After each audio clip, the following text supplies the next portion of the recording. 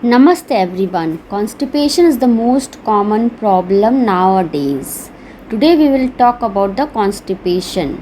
Constipation is a condition in which you may have fewer than 3 bowel movements a week, stools that are hard, dry or lumpy, stools that are difficult or painful to pass, or a feeling that not all stool has passed. These are the symptoms when you have to alert further not to become chronic constipation. In chronic constipation, the condition will be worse day by day. The main causes are dehydration, lack of dietary fibers, physical inactivity, or medication side effects. The most important factor, disturbed biological clock. Constipation को हिंदी में कब्ज़ कहते हैं। Mostly लोग कायम चूर्ण और इस सब घोल की भूसी कॉन्स्टिपेशन के इलाज के लिए यूज़ करते हैं। अर्ली मॉर्निंग गुनगुना पानी पीना चाहिए। रात में सोते समय दूध के साथ शहद लेना चाहिए। अर्ली मॉर्निंग गुनगुने पानी में नींबू का रस और काला नमक डालकर पीना चाहिए। चावल के आटे का लड्डू खाली पेट सुबह खाइए, तुरंत फ़ायदा करता है।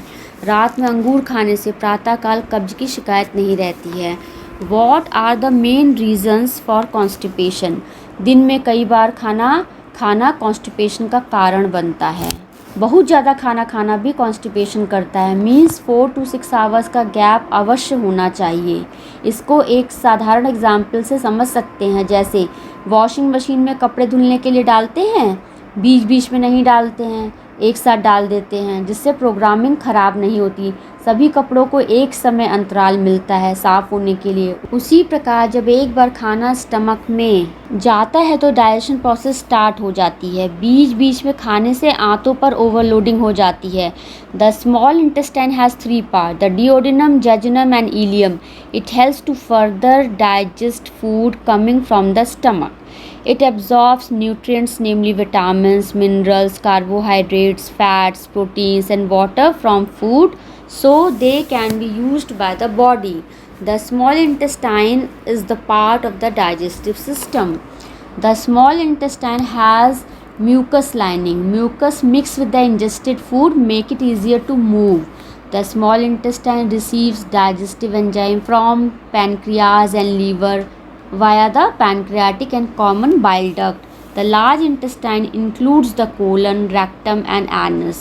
The large intestine turns food waste into stool. The colon contains anaerobic bacteria that further digest some material, create gas.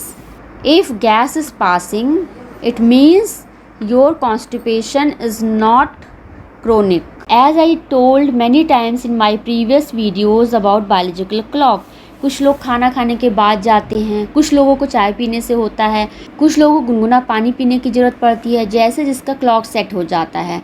कुछ लोग 1 टाइम जाते हैं, few person 2 times. It depends upon your digestive system and habits. Most important factor है disturb biological clock. Suppose आप एक दिन देर से उठते हैं, आपका होल डे रूटीन डिस्टर्ब हो जाता है। ऐसे ही आप विदाउट टाइम टेबल वर्क करते रहे, ना टाइम से खाना खाएंगे, ना टाइम से सोएंगे, that will affect too much.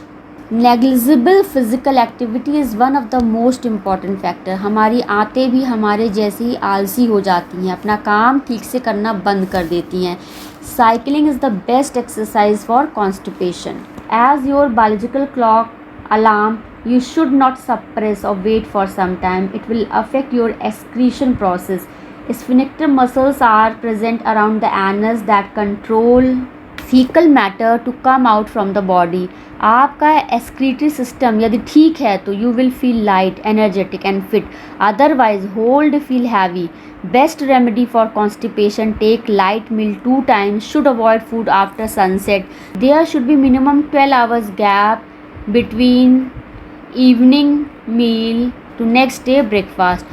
आपको कोई ठीक नहीं कर सकता, केवल आप ही अपने आप को ठीक कर सकते हैं, अफेक्ट को मिनिमाइज कर सकते हैं. If there is a will there is a way. Thank you very much.